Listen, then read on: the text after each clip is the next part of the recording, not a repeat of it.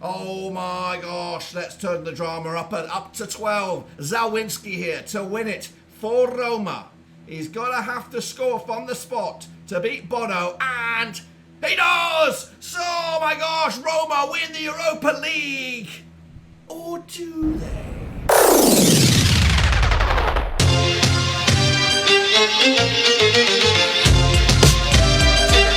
That's right, folks, back once again with another simulation video today, courtesy of Football Manager 2023. We're going to simulate, of course, the Europa League 100 times to see what the most common outcome is, and of course some other fascinating stats and figures that of course could whet your appetite for what's going to be an absolute banger between Roma and Sevilla, and we'll get to that in just one second. If you know where you've been, smash your subscribe button, back at all things Roma's related, of course Europa League related, World Football League, we're all here boys, under one roof. Will it be Mourinho, of course, trying to complete the set now, of course, or at least get himself another bit of bling on his mantelpiece, or will it be Sevilla, the kings of this competition? Who's going to come out on top? We'll take a look at it, all of it, in a second. Of course, people chat about VIPs. They are the patrons, of course. You know who you are. Of course, hopefully behind the screen you'll see some screenshots of those 100 plus simulations to see what will come out at the end of this video, to see what the most likely outcome, some key faces to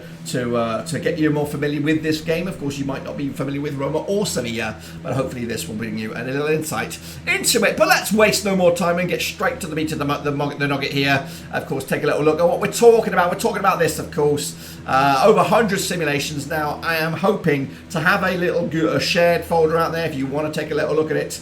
There hopefully should be a link down in the description. You can take a look at the snapshots, you can take a look at the data and crunch your numbers yourself. So this is the meat of the matter. We're going to take a little look at the goal score. The highest scoring game I did see over the course of the 100 simulations was this, a 9-goal Bobby Dazzler going in favour of Roma. 9 goals in it. Wow, of course. But what about the biggest win? Let's take a look at the biggest win for Sevilla. Just the 4-1, 5 goals in that one. 4-1 win it was for Sevilla. And if you flip that around, biggest win for Roma was a 4-0 win for them as well. So we did see a lot of high-scoring games. There was also a lot of ball draws, and I'll give you the most common scoreline later on in this video, of course. But let's take a little look at the real juicy nugget of information. It's the major takeaway here. This is it. This is all the hopes and dreams come down to this one now. Again, I did simulate over 100 times on this one, and this is where we'll see what happened in of course the majority of them. Let's start with the big one. This is the most important takeaway. So who came out on top? Well, let's have a reveal. It's 50. It's a very, very tight one here. Spang on the nose there for Sevilla. 50 wins for them out of 100 and something. It's actually 51 wins for Roma. So it's that tight between these two sides. It's a coin flip, really, as we simulated 101 times. Let's try and break those 51 games down for you in a little bit more detail now. The goals scored, though, if you want to give you a little bit more insight, look at that. There is where it's all at. Goals scored more often for Roma than Sevilla over the course of those 101 games. 257 in total, averaging around about, 2.5 goals a game. 114 of those goals going to Sevilla, 143 going in favour of Roma as well. But let's break down those wins for Sevilla. 34 of them came within 90 minutes. As for Roma, 37 of them came within those 90 minutes, of course. So if the game was to end after the appropriate 90 minutes, it looks like, according to the supercomputer, that is FM23, it'll go in favour of Roma. But again, only just 37 of those games going in favour of Roma within the 90 minutes. What about extra time? Well, again, it goes in favour of Roma here. 8 wins within extra time, 4 for Sevilla. That's the major takeaway there. And again, 12 games were decided with the additional 30 minutes of play. Again, Roma fancying their chances on this one. What about penalties then? Let's say it goes the distance, the 490 plus the additional 30, but it could not be decided. Has to be separated from the spot. Well, that's where your money's at there, Sevilla. 12 wins going in favour of Sevilla there if it goes past the extra time mark. 6 of course for Roma as well, and 18 games were decided by that juicy nugget of penalties. And if we could break those numbers down even for a more bit of good news there for Sevilla, so if the game was to go beyond the 90 minutes, they are more likely to win according to Football Manager 2023. 16 of the wins coming past 90 minutes, 14 for Roma, and again 30 of them were taken taken to either extra time or penalties. And again, so there's a little bit of joy there for Roma. Of course, overall they were victorious. Overall, they scored more goals. But again, beyond 90 minutes, the pendulum, whatever the heck it is, swings back in favour of Sevilla. So, yes, but what are all them goals? Where did all them goals come from? Who's the man more likely to find the back of the net? Well, this is where we're going to go into it now. We're going to take a little look at the top goal scorers. That's not what we wanted to do.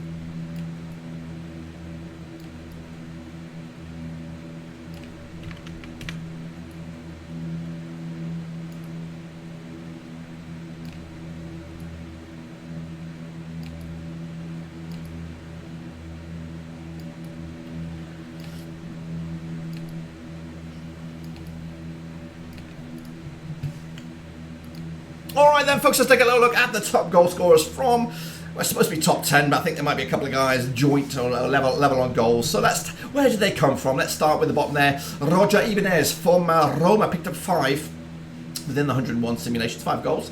Not a bad return, but not one of the leading lights. Moving forward, we've gone backwards there. Of course, Stefan El Shawarabari, of course, the Italian striker from Egypt descent, I think. Of course, he had the mohawk back in the day. Not really first choice within Football Manager anyway, but he still chipped in with a handful of goals. Meanwhile, Oliver Torres for Sevilla, he got 5 of them also to make it joint 10th.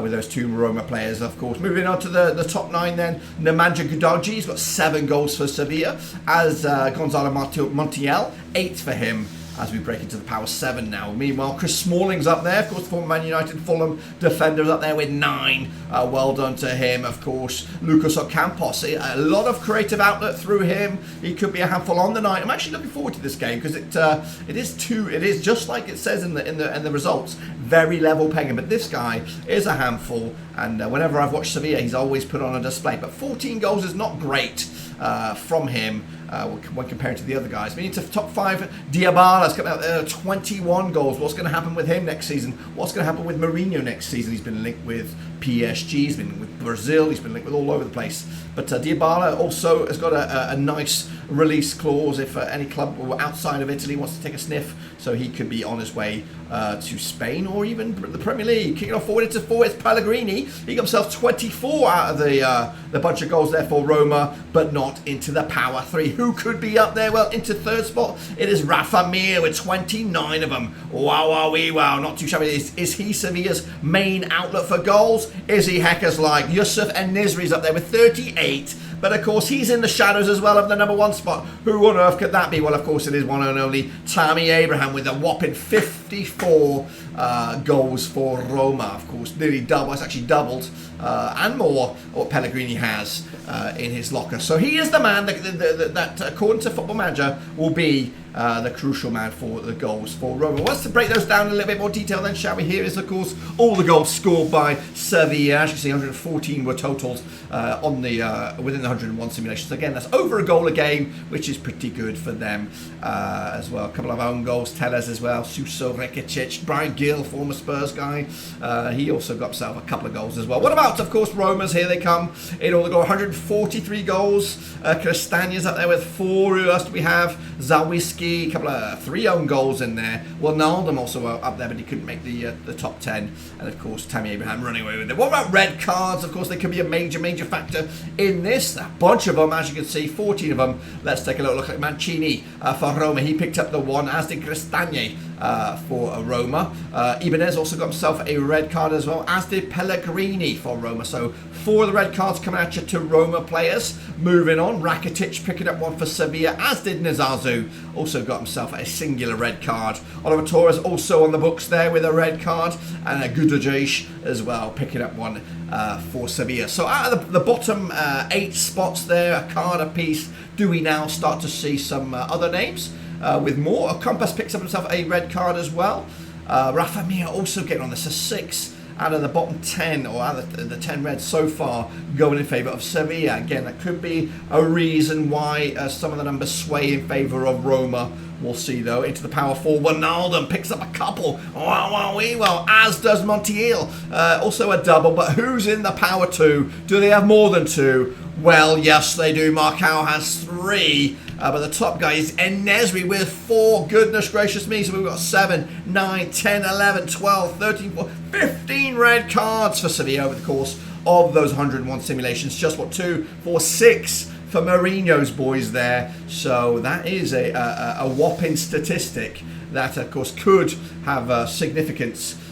Temper tantrums, red mist, all that kind of stuff going to be knocked on the head if you're going to come out on top with another bit of bling for Sevilla. Let's take a look then. Of course, the money score here. This is the one. If you are a betting man, perhaps 2-1 is the most common scoreline I did see. 12 times it did pop up, if my numbers are correct. But what about me? Well, I'm going to get back to you on that one. I'm going to do a prediction video, with actual data, bookies, odds.